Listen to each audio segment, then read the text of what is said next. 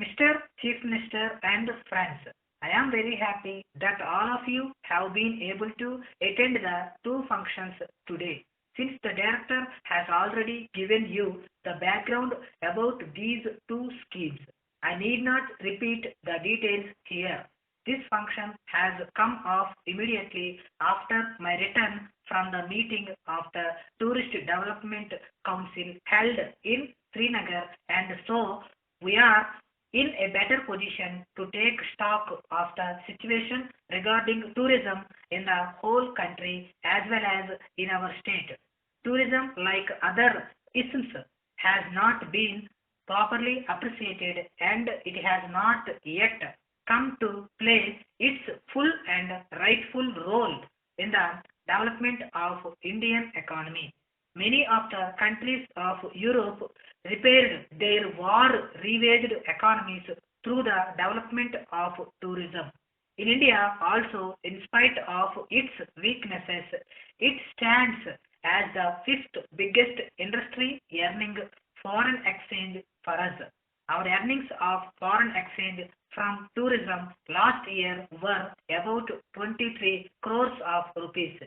It has been estimated by experts that this figure can easily go up to 40 crores and Government of India is keen to reach the target of 50 crores by 1967. Considering this figure in the background of our foreign exchange deficit in the plans, one feels that no effort should be spared for developing this industry. It is a commercial item and we must bring to bear upon it downright commercial consideration, if nothing more, for its development.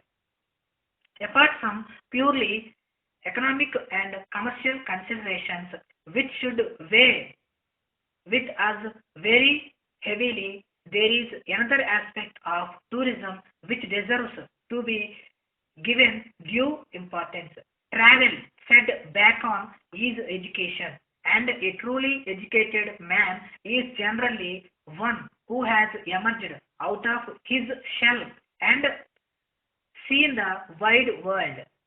All tourism brings us nearer to each other at a man to man level. It removes fear, suspicion, and distrust and shows that we are all basically alike.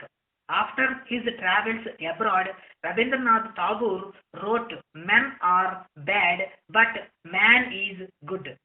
This aspect of tourism is important both in international sphere as well as within our national frontiers, particularly in a country like India. Today, tourism has become important for us also as a cementer of national integration.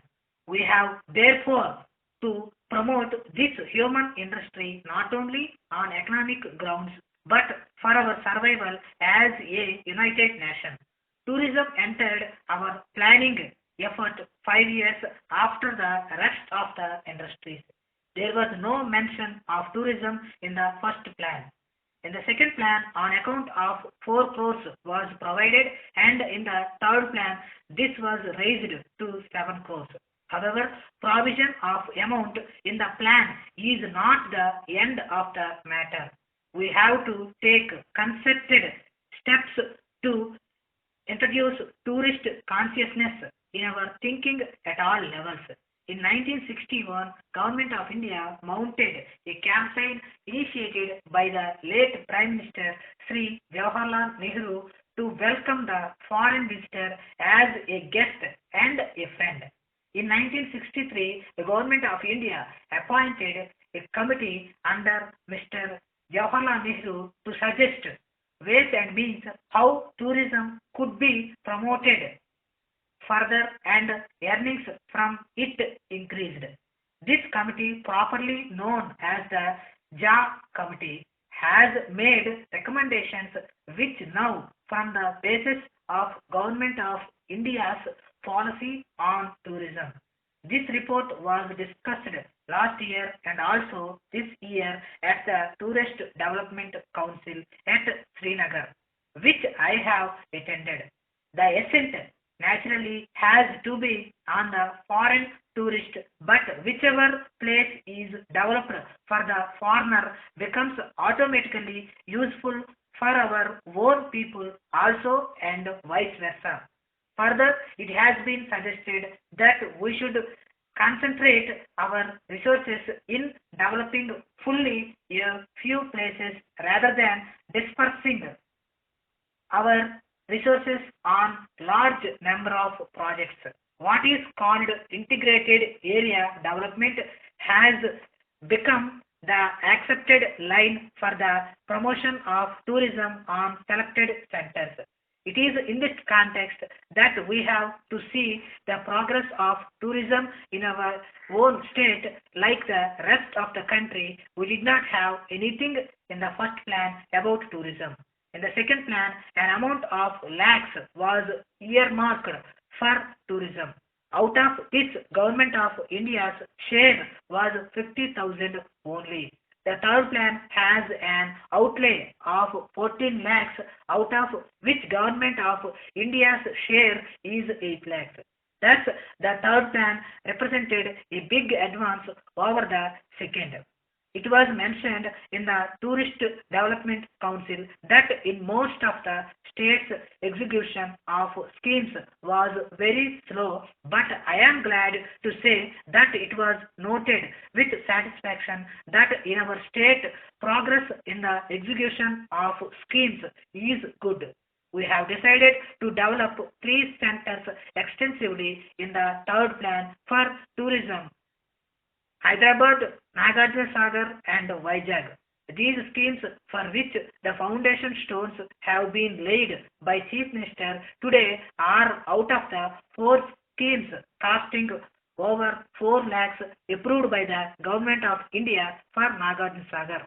Last year, after a visit by the Director General of Tourism, Government of India agreed that Nagarjuna Sagar had tremendous tourist potential and that in due course, when the lake is formed, it will become one of the two places in the world which will offer a combination of ancient heritage with modern achievement, laying side by side. The other is the Nubian Valley in Egypt, where the Aswan Dam is being constructed.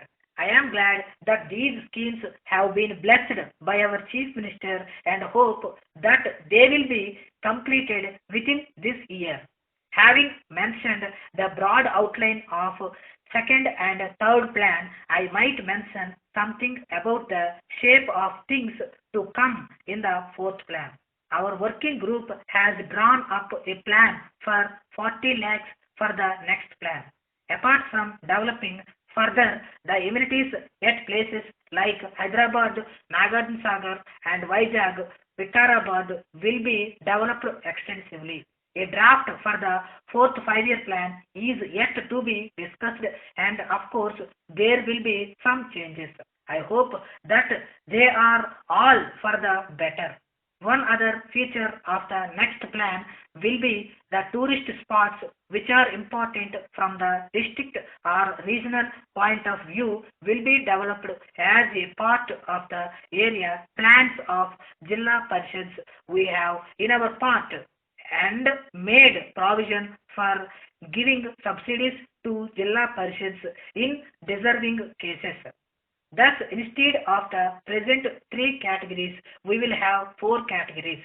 Apart from that, the emphasis on construction of rest houses will be replaced by emphasis on multi-sided development of places. We can get more money from Government of India for providing facilities in the lake and other amenities in the city of Hyderabad. We have addressed the Municipal Corporation of Hyderabad for proposals and we are awaiting their replies. Accommodation has come to be regarded as the rock on which tourism is floundering. In the last 7 years, while number of tourists visiting India has increased by 300%, the accommodation has increased only by 11%.